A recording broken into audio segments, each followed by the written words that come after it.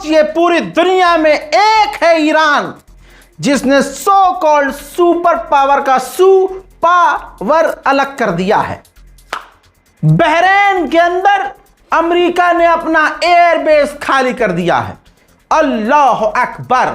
Kuwait में भी अब बात चल रही है कि अमेरिकी बेस यहां से निकाल दिया जाए। सुपर पावर कोई नहीं है भैया, सुपर पावर सिर्फ अल्लाह है। और अल्लाह की नजरे करम किसी पर हो, जिस पर हो वो दुनिया को मुट्ठी में लेके मसल सकता है। उधर जॉर्डन ने धमकी दी है इराक को कि अगर इराक की सरजमीन का इस्तेमाल करके हम पर हमला किया जाता है तो हम इराक पर हमला करेंगे। उधर सीरिया ने भी धमकी दी है कि अगर इराक से हम पर हमला हुआ तो हम भी हमला इराक पर करेंगे। ईरानी गवर्नमेंट ऑफिशियल ने कहा है कि अगर हम पर हमला हुआ, तुमने कोई बेवकूफ़ी की, तो पूरे इलाके को हम स्टोन एज में भेज देंगे, पुराने ख्यालों में, पुराने ज़मानों में भेज देंगे।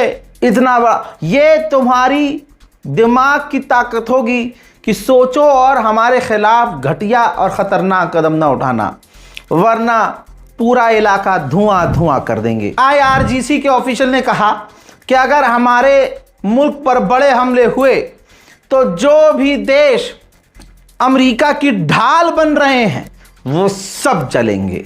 ईरानियन गवर्नमेंट ऑफिशियल ने यह तक कह दिया है कि हमारा प्लान तैयार है। अमेरिका से जुड़े हुए जो लोग हैं, जो उनके साथी हैं, उनको भी जलाने का पूरी तरह से हमारा प्लान तैयार है। इजरायली गवर्नमेंट ने कहा है कि हम रेड अलर्ट पर हैं। डोनाल्ड ट्रंप ईरान पर सबसे बड़ा हमला करने के करीब है, बस फाइनल ऑर्डर का इंतजार है। ईरान ने असल में पोल ट्रंप की खोली है।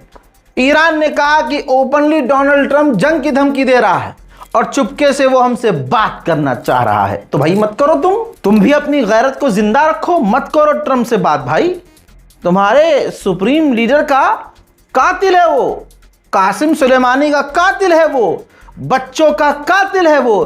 तुम कहा लोलो चले आते हो लेके, क्या हम बात कर रहे हैं। कमाल यह है कि ये हैदर के लाल झुकने को राजी नहीं है। सीनों में करबला, जिगर में हिम्मत और आरजू शहादत की।